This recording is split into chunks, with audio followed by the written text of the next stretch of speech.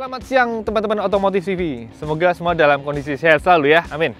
Oke, pada video kali ini saya mau mengulas Yamaha R15M, yang mana sebelumnya sudah mengulas sedikit ya waktu first ride di Sentul beberapa saat lalu. Nah, ternyata nih setelah saya mengetesnya secara lengkap, baik performa mesin, handling, konsumsi bensin, dan sebagainya, saya menemukan beberapa fakta unik, menarik, dan kejutan lah. Nah, apa aja itu? Simak sampai akhir.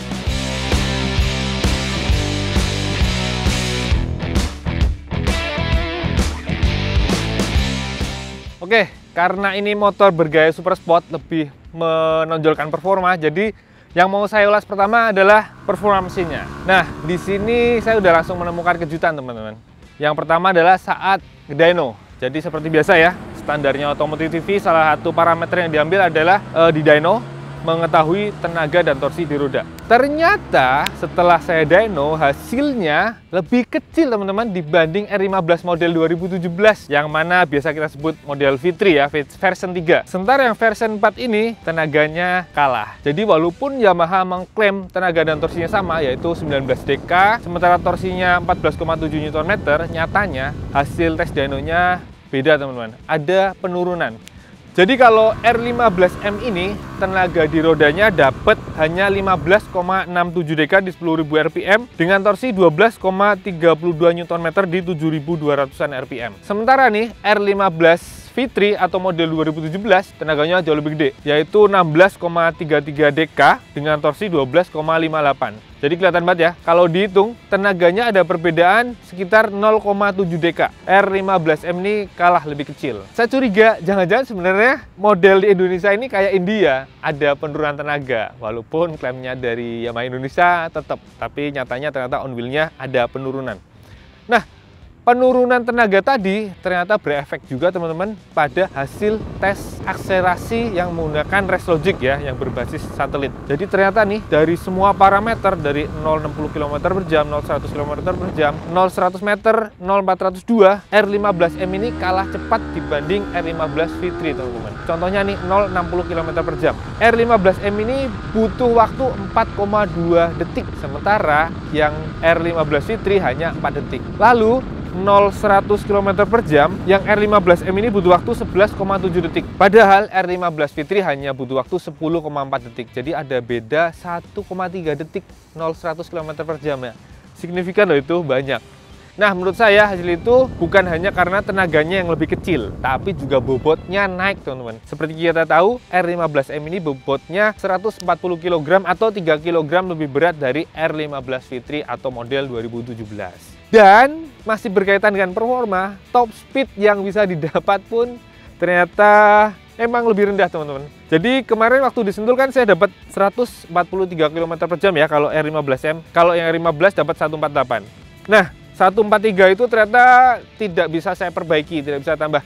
Jadi saya udah nyoba berulang-ulang di track yang panjang, mentoknya hanya dapat 138, 139, nggak bisa lebih dari 140. Padahal R15 V3 itu bisa dapat 148 km per jam seperti R15 terbaru yang connected, yang bukan M ya. Kemungkinan besar itu karena yang bukan M kan bobotnya tetap 137 ya. Jadi power to weight rasionya emang yang M ini lebih kecil dibanding yang biasa dan yang V3 gitu. Makanya ya kalau ngomongin performa, R15M ini ternyata sedikit di bawahnya V3 maupun yang connected gitu. Meski tenaga dan torsinya sedikit lebih kecil, tapi sebenarnya ketika kita pakai harian, pakai buat aktivitas, nggak terlalu signifikan bedanya rasanya teman-teman. Beda kalau kita tes pakai alat ukur ya. Jadi kalau dipakai harian tuh tenaga dan torsinya masih khas sebuah R15, yang mana dari bawah itu torsinya emang udah gede, langsung kelihatan banget di hasil tes dynonya lah ya. Torsinya itu ketika bukaan awal di 4.000 rpm itu udah langsung tinggi banget, rata. Jadi buat harian kita gas sedikit aja udah langsung ngacir, ngisi, dapat gitulah, nggak pakai ngok, nggak pakai loading. Jadi emang enak, responsif. Kemudian yang paling saya suka juga adalah pindah giginya tuh enak teman-teman, empuk banget, gampang. Apalagi sekarang R15M ini kan punya quick shifter ya. Jadi momen pindah gigi tuh makin asik aja. Walaupun ternyata quick shifternya nggak sehalus motor-motor yang lebih mahal teman-teman. Misal dibanding 250cc yang udah ada quick shifter ya, CBR 250RR dan Zetik 25R. Punyanya R15M ini halusnya kalah lah. Ini mungkin karena paket hemat ya, terjangkau. Seperti kita tahu, sensor quick shifternya sendiri harganya hanya 525.000, murah lah hitungannya. Makanya mungkin itu jadi salah satu penyebab pindah giginya itu nggak terlalu halus, terutama di kecepatan rendah dan RPM masih di bawah 6.000 tuh masih kerasa banget jegluk gitulah, bukan halus yang blep gitu. Ada kemungkinan antara memang sensornya biasa atau settingan memutus arusnya terlalu sebentar, jadi kurang lama, jadi masih jegluk, berasa banget kurang halusnya. Tapi kalau sudah di kecepatan tinggi dan RPM-nya di atas 7.000 itu ya lumayan lah, jatuhnya lumayan halus, lumayan enak gitu.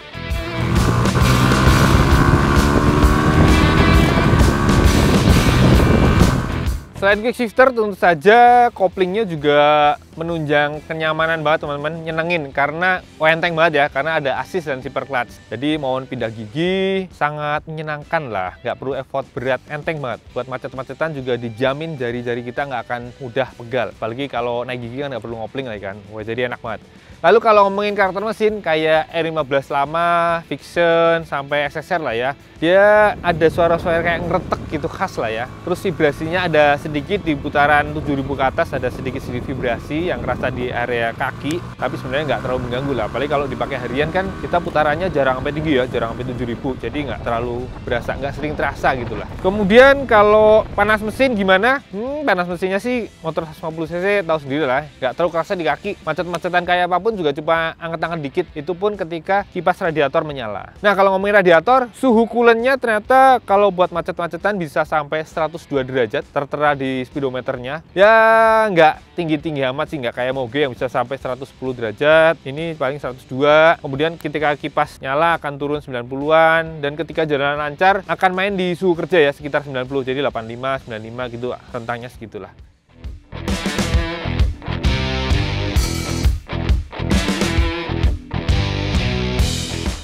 Karakter mesin R15M yang responsif tentu saja berpengaruh langsung pada konsumsi bahan bakarnya teman-teman. Karena nggak perlu sering bejek dalam, dikit aja udah langsung acir, maka konsumsi bensinnya cukup irit untuk sebuah motor 150cc sport dengan bobot 140 kg. Jadi dipakai harian dengan kondisi jalan yang beragam, kadang dibagai ngebut pas pol-polan, kalau lagi macet ya jalan santai ngikuti kondisi jalan, rata-ratanya dapat 44,5 km per liter. Jadi rentangnya sebenarnya 44, 45, ya kadang bisa 46, tapi pas terakhir ini saya cek dapat 44,5 km per liter. Cukup irit kan? Responsifnya mesin R15M ini tentu saja ditunjang dengan bahan bakar yang sesuai, yaitu pakai Pertamax. Karena rasio kompresi mesin R15M ini mencapai 11,6 banding 1. Jadi pas banget menggunakan Pertamax. Pertamax adalah bahan bakar minyak produksi Pertamina yang memiliki angka oktan minimal 92. Angka oktan yang tinggi ini membuat pembakaran menjadi lebih optimal dan tidak meninggalkan residu. Sangat direkomendasikan untuk kendaraan sehari-hari saat ini. Kandungan sulfur Pertamax kurang dari 500 ppm. Hal ini dapat membuat pembakaran mesin menjadi lebih optimal. Seperti informasi pada video-video otomotif TV lainnya, Pertamax juga memiliki kelebihan lainnya berkat formula Pertatech atau Pertamina Teknologi. Formula zat aditif yang dapat membuat pembakaran lebih optimal, membersihkan mesin, dan melindungi mesin.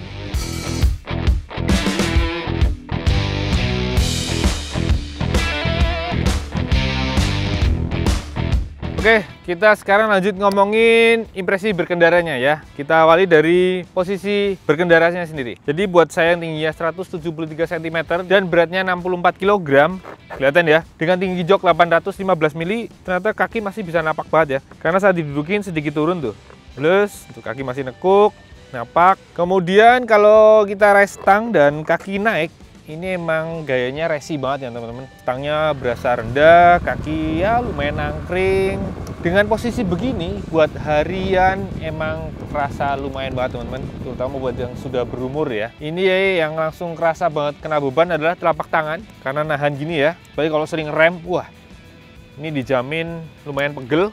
Terus pergelangan tangan juga iya, dijamin lumayan pegel. pegel lagi.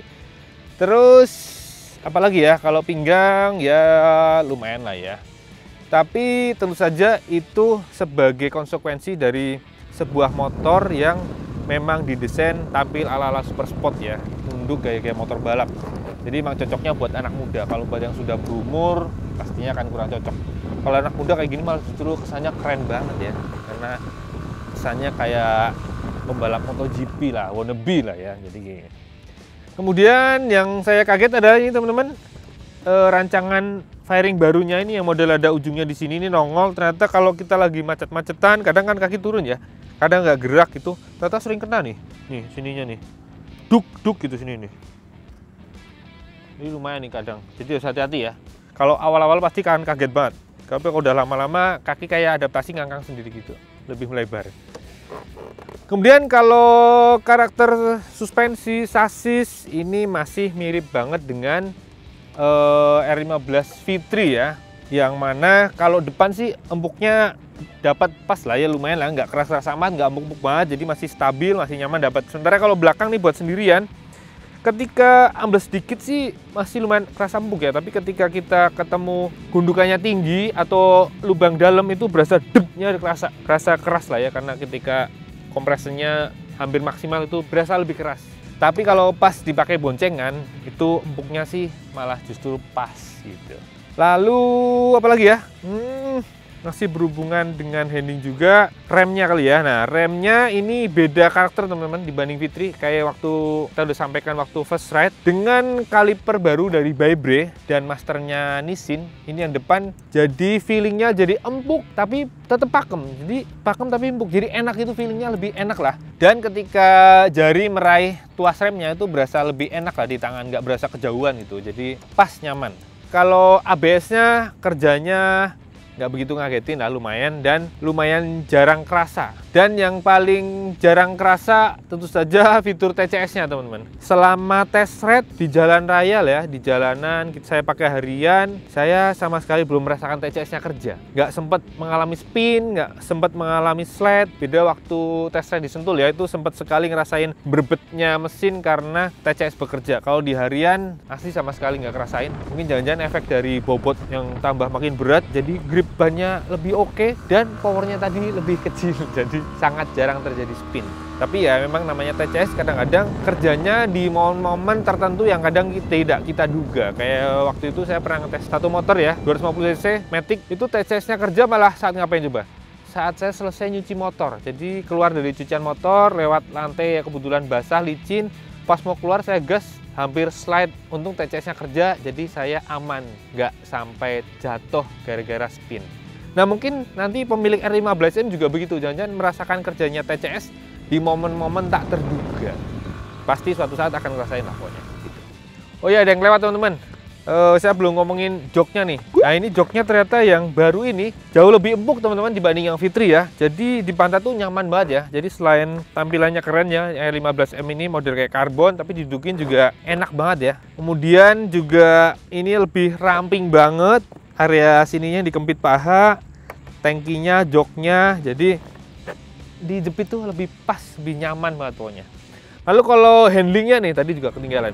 Ini juga masih khas R15 ya, yang mana stabil, lincah, nurut gitulah ya, buat belok-belok, rebah-rebah itu enak lah, standar aja udah nikmat. Dan buat selap-selip, nyelap-nyelip di kemacetan juga masih lumayan lincah teman-teman, karena sudut setangnya masih lumayan gede, jadi belok-belok patah masih dapet, dan spionnya juga nggak lebih lebar dari stang, jadi pasti gampang masuk gitulah, nggak gampang nyangkut gitu. Jadi ya enak lah, walaupun motor full fairing gini, sporty banget, tapi buat harian masih oke lah ya, di jalan perkotaan masih nggak terlalu menyusahkan.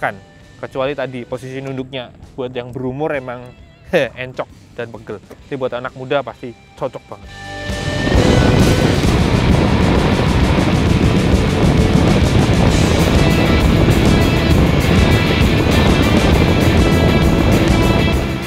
Oke, sekarang saya mau ngulas beberapa fitur yang saya sangat seneng ya. Jadi bukan cuma soal quick shifter yang sangat membantu proses pindah gigi, naik giginya cuma sih. Terus assist slipper clutch yang bikin enteng banget, rem dari Beyblade yang bikin empuk tapi tetap pakem, TCS yang kadang kerjanya kita nggak bisa duga. Tapi ada lagi beberapa yang saya suka banget teman-teman. Yang pertama tentu saja speedometernya ya, yang versi R15M ini kan speedonya model gaya milik R1 ya, keren ya, layarnya gede dan infonya banyak banget. Nah di sini saya ada beberapa nih yang suka. Yang pertama adalah ada info coolant teman-teman, atau suhu cairan pendingin. Nah dari situ kenapa saya suka, karena langsung bisa mantau ini mesin masih dingin atau sudah suhu kerja atau malah mendekati overheat. Jadi kan jadi tahu langsung lah ya, bisa antisipasi atau bisa sedikit lebih sabar kalau misal belum mencapai suhu kerja. Terus yang saya suka di sini tentu saja ada tampilan track teman-teman, bukan cuma street ya. Kalau pakai tampilan track tentu saja kesan sportinya, kesan gaya di sirkuitnya itu pas banget ya. RPM-nya mulai 6000, terus ada lap time, itu pasti asik lah saat kita lagi berkendara, lagi pengen sedikit cicilan, itu cocok banget, pas banget dipakai untuk tampilan yang track.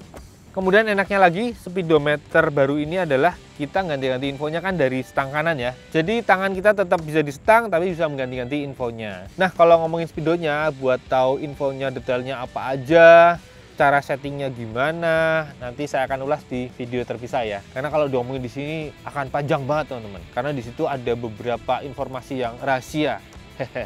Jadi tonton nanti ya di video yang soal khusus ngomongin speedometer. Oh ya jangan lupa teman-teman, ini speedometernya juga bisa terkoneksi dengan smartphone kita dengan aplikasi WeConnect. Sehingga ketika sudah nyambung, saat ada pesan masuk, ada telepon masuk, kita akan langsung tahu tuh di speedometernya akan muncul ya di lambangnya. Oke lanjut lagi, satu lagi yang belum saya omongin adalah fiturnya yaitu lampu utama. Kayak apa sih sorotnya? Nah ternyata lampu utamanya ini yang menggunakan LED proyektor. Ketika masih lampu dekat sih sorotnya bisa dibilang biasa banget sih, terang banget enggak, tapi redup juga enggak, sedang lah. Dan sorotnya itu emang lumayan fokus, tapi yang tengah-tengahnya itu kayak kurang tebel gitu teman-teman. Jadi aduh, kurang mantep lah, kurang puas kalau buat saya. Terus kalau kita nyalakan lampu jauh, ternyata dia sorotnya nambah di sisi atasnya teman-teman. Jadi kalau lampu pendeknya atasnya kayak agak melengkung gitu ya, ketika dinyalakan lampu jauh dia akan ngisi di atasnya itu, jadi sorotnya jadi lurus dan panjang. Nah kalau lampu jauh itu terangnya lebih baik teman-teman, jadi lebih jelas lah, lebih tebel.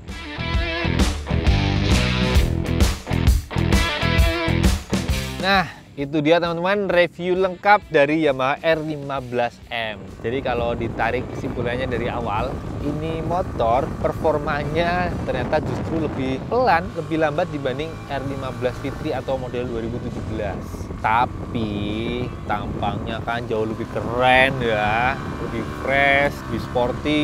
Apalagi ini nih yang livery World GP 60 tahunnya Yamaha ini kece badai lah menurut saya, keren lah. Walaupun beberapa titik emang kurang asik di mata ya, kayak tangkinya yang kalau dilihat dari samping jendol banget, sudut knalpotnya kurang nungging, tapi ya liverynya keren. Terus positifnya lagi adalah tentu saja fiturnya ya yang bejibun banyak banget. Ada TCS, ABS, quick shifter, speedometernya keren banget. Terus jangan lupa handlingnya juga khas R15. Standar aja udah enak banget ya handlingnya, buat reba-reba, miring-miring itu cukup stabil. Lalu juga ditunjang dengan konsumsi bahan bakar dari mesinnya yang sangat efisien, wirid gitulah. Oh iya, tapi dengan fitur yang sebanyak itu, harganya memang lumayan tinggi untuk sebuah sport firing 155 cc. Yang livery khusus ini mencapai 44,1 juta on the road Jakarta. Sementara R15M yang warna biasa, dia dibanderol 43,5 juta. Nah, kalau mau sedikit lebih hemat, tapi fiturnya nggak sebanyak ini, ada all new R15 Connected yang dibanderol 38,9 juta on the road Jakarta. Gitu teman-teman, sudah kebayangkan jadinya kayak gimana sih R15M ini? Jadi buat yang lagi naksir atau lagi galau mau beli ini atau CBR atau GSX, sudah ada gambaran lah. Jadi nggak ragu lagi kalau mau beli atau nggak beli. Jadi bisa langsung diputuskan. Kayak gitu teman-teman video kali ini. Terima kasih buat yang sudah nonton dari awal. Jangan lupa like, subscribe, komen, share, lalu nyalakan juga loncengnya biar tidak ketinggalan video-video terbaru dari Otomotif TV. Jangan lupa juga mampir ke channel kami yang satu lagi yang khusus membahas motor bekas, yaitu motor second. Lalu mampir juga ke www.otomotifnet.com untuk info-info tentang dunia otomotif, dari balap, modifikasi, tips, trik, semuanya ada di situ. Dan jangan lupa juga ya satu lagi, follow IG kami otomotif_TV. Oke, sampai jumpa di video berikutnya. Jangan lupa pakai helm kalau naik motor. Jangan kebalik, jangan lupa naik motor kalau pakai helm.